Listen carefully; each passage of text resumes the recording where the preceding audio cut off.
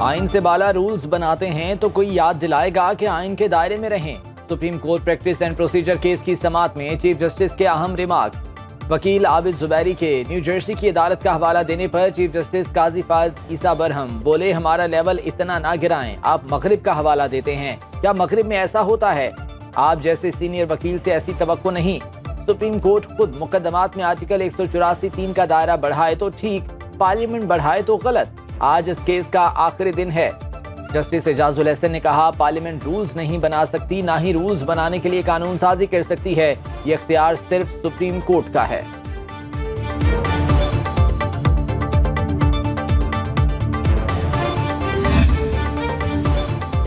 Cipher case में अहम पेशरफ, chairman PTI और दीगर मुल्जिमान पर 17 अक्टूबर को फर्द जुर्म आयद होगी। अडियाला जेल में साइफर केस की समाअत जज अबुल हसन जुल्करनैन ने की। मुल्जिमान में चालान की नकूल तकसीम, अगली सुनवाई 17 अक्टूबर तक मुलतवी। इस्लामाबाद हाई कोर्ट में तोशाखाना फौजदारी कार्रवाई का फैसला मुअत्तल करार देने की दरखास्त पर समाअत। अदालत ने दलाइल सुनने के बाद फैसला महफूज कर लिया। ऑफिशियल सीक्रेट एक्ट खुसूसी अदालत के जज अबुल हसन जुल्करनैन का अडियाला जेल का दौरा, पीटीआई चेयरमैन के सेल की दीवार तोड़कर वॉक के लिए जगह खुली करने का हुक्म।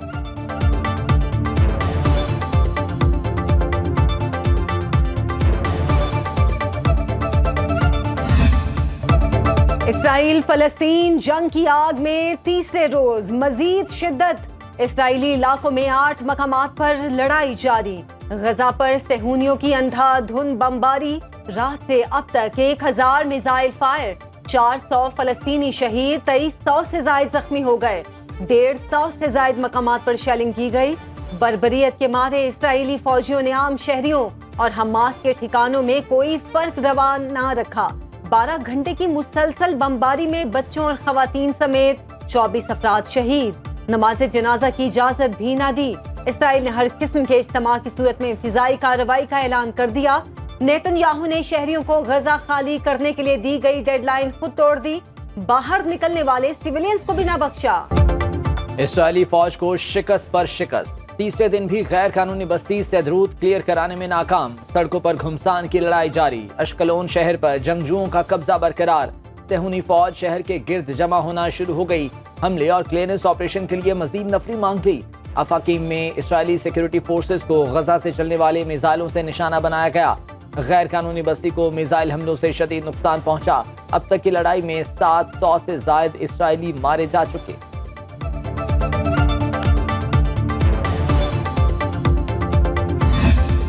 मुश्किल वक्त में इसराइल छोड़कर भागने लगे। एयरपोर्ट्स पर रश लग गया। अवाम सिक्योरिटी फोर्सेस से लड़ने लगे। बोर्डिंग कार्ड लेने के लिए हवाई अड्डों पर लड़ाई झगड़े। सिक्योरिटी फोर्सेस के लिए हालात काबू करना मुश्किल हो गया। फ्रांस और जर्मनी समेत कई यूरोपीय मुल्कों ने इसराइल के लिए परवाजें बंद कर रखी हैं।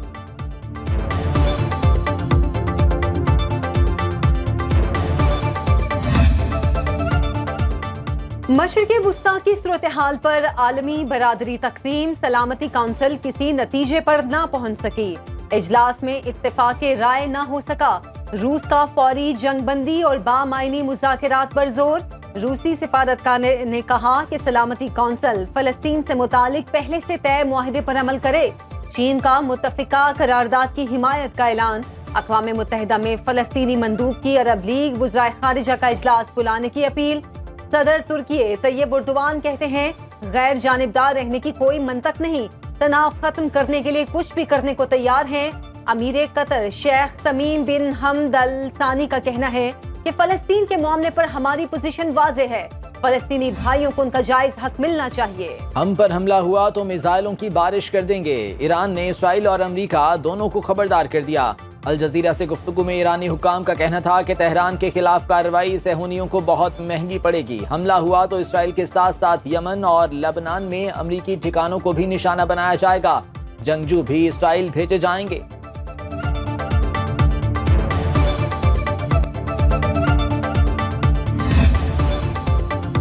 फलस्तीनी भाइयों के साथ खड़े हैं मौलाना फजलुर रहमान का फलस्तीनी अवाम से इजहार यकजहती। कहा, मुजाहिदीन ने इसराइल के दिफाई निजाम और उनके घुमंड को जमी बोस कर दिया। जुम्मे को यौमे यकजहती फलस्तीन मनाने का ऐलान। अमीर जमात इस्लामी सिराजुल हक कहते हैं, कोई साथ दे या ना दे, हम फलस्तीन के साथ हैं। जुमे को बड़ी बड़ी रैलियां निकलेंगी। खामोशी का मतलब यहूदियों की हिमायत होगी। इतवार को कराची में मिलियन मार्च का ऐलान। मिसाइल धमाकों से परेशान इसराइल को बड़े मुआशी धमाके का सामना। जंगी अखराजात पूरे करने के लिए 30 अरब डॉलर के असासे बेचने का ऐलान। हमास की रॉकेट बाजी के जवाब में मुकम्मल खामोशी की वजह सामने आ गई। काबिज फौज के मिसाइल स्टॉक में कमी का इंकिशाफ। अरब मुल्कों की हिमायत हासिल करने के लिए इसराइली वजीर आजम अचानक मुत्तहिदा अरब अमारात पहुंच गए। इसराइली स्टॉक मार्केट क्रैश कर गई। शेकल 7 साल की कम तरीन सतह पर आ गया। मईशत 488 बिलियन तक पहुंच गई। इंडेक्स के नुकसानात 6% से ज्यादा हो गए। सरकारी बॉन्ड की कीमतें भी 3% तक गिर गईं। TA35 इंडेक्स के लिए इन नुकसानात को 3 साल से ज्यादा अरसे में सबसे बड़ा नुकसान समझा जा रहा है। आलमी मार्केट में खाम तेल की कीमत में $3 फी बैरल का इजाफा। एक बैरल खाम तेल की $87 और 68 सेंट्स में ट्रेडिंग।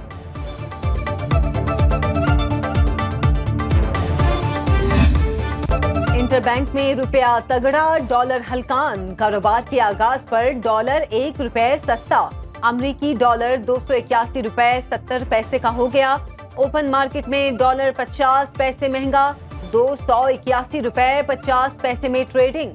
स्टॉक मार्केट में तेजी। 100 इंडेक्स में 278 पॉइंट्स का इजाफा। 47,772 पॉइंट्स की सतह पर ट्रेडिंग जारी। क्या कमाया, क्या खर्च किया? आलमी बैंक ने पाकिस्तान पब्लिक एक्सपेंडिचर रिपोर्ट 2023 जारी कर दी। रिपोर्ट के मुताबिक पाकिस्तान का मालियाती खसारा बढ़ता जा रहा है। वफाकी हुकूमत के इजाफी अखराजात कौमी मालियाती खसारे की बड़ी वजह हैं। आलमी बैंक ने निजकारी के तरीक़ाकार पर भी सवालात उठा दिए। सियासत या अदालतों में केसेस से निजकारी का अमल मुतासिर होगा।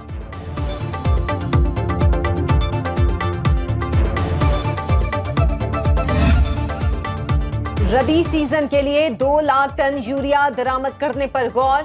रवा माली साल पाकिस्तान 25 लाख टन गंदुम दरामद करेगा। ज़राए वज़ारत खजाना के मुताबिक हुकूमती सतह पर 15 लाख टन और निजी शोबा 10 लाख टन गंदुम दरामद करेगा।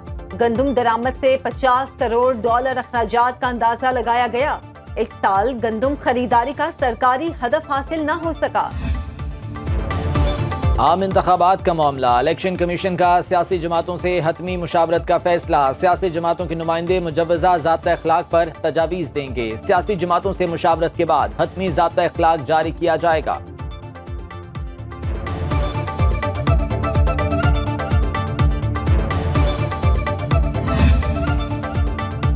इलेक्शन के लिए मुस्लिम लीग नून ने नया बयानिया बना लिया। मुल्की मईशत इंतखाबी मंशूर का मरकजी नुक्ता करार। मुकम्मल मंशूर का ऐलान नवाज शरीफ मीनार पाकिस्तान के जलसे में करेंगे। पार्टी ने कायद की वापसी का प्लान तैयार कर लिया। पहले मरहले में पंजाब में डिवीजनल सतह पर जलसे होंगे। पहला जलसा गुजरांवाला में करने पर गौर। नून लीग पंजाब के बाद दूसरे मरहले में दीगर सूबों में जलसे मुनक्किद करेगी। चीफ ऑर्गेनाइजर मरियम नवाज का लाहौर के कौमी और सूबाई हलकों में पार्टी ओहदेदारों और कारकुनों से मुलाकातों का सिलसिला जारी।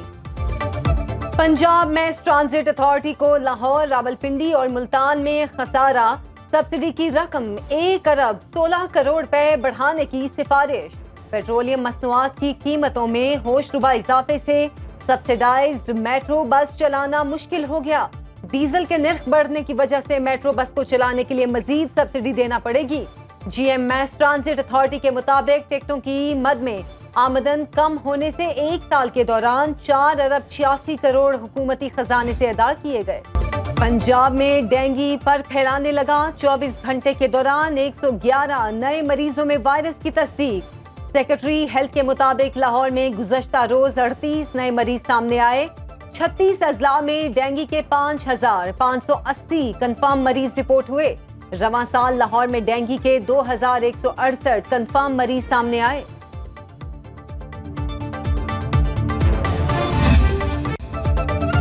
लाहौर में मौसम बदलते ही फजा धुंधली और आलूदा। हर साल की तरह इस साल भी स्मॉग ने कदम जमाना शुरू कर दिए। पाकिस्तान दुनिया के आलूदा तरीन मुल्कों में पहले नंबर पर। लाहौर पाकिस्तान में आलूदा तरीन शहरों में सरे फहरिस्त। Air quality index rate 236 record. महकमे मौसमियात की शहरियों को एहतियात बरतने की हिदायत। इस्लामाबाद के शहरियों के लिए खुशखबरी, आज तेज हवाओं और गरज चमक के साथ बारिश की पेशगोई।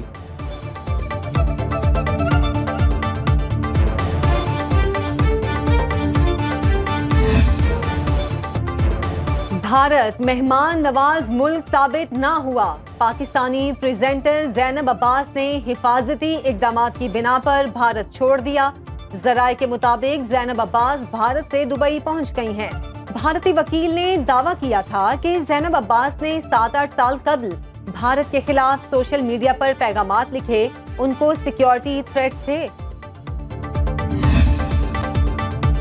क्रिकेट वर्ल्ड कप की सबसे जानदार कवरेज सिर्फ सुनो न्यूज पर। खुसूसी ट्रांसमिशन में देखिए लेजेंड क्रिकेटर रमीज राजा और आकिब जावेद के जानदार तजिए और तबसरे। वर्ल्ड कप का असल मजा सिर्फ सुनो न्यूज पर। आकिब जावेद कहते हैं टीम को पिच के मुताबिक सेलेक्ट किया जाता है, खिलाड़ी ने उसी हिसाब से खेलना होता है। रमीज राजा का कहना है भारतीय बॉलर्स ने ऑस्ट्रेलिया को बेबस करके बेनकाब कर दिया। बाखबर रहिए हर जगह हर वक्त बर वक्त। अभी सुनो न्यूज का यूट्यूब चैनल सब्सक्राइब करें और बेल आइकन पर क्लिक करें और जानिए मुल्की और गैर मुल्की हालात व वाक़यात यकीन के साथ।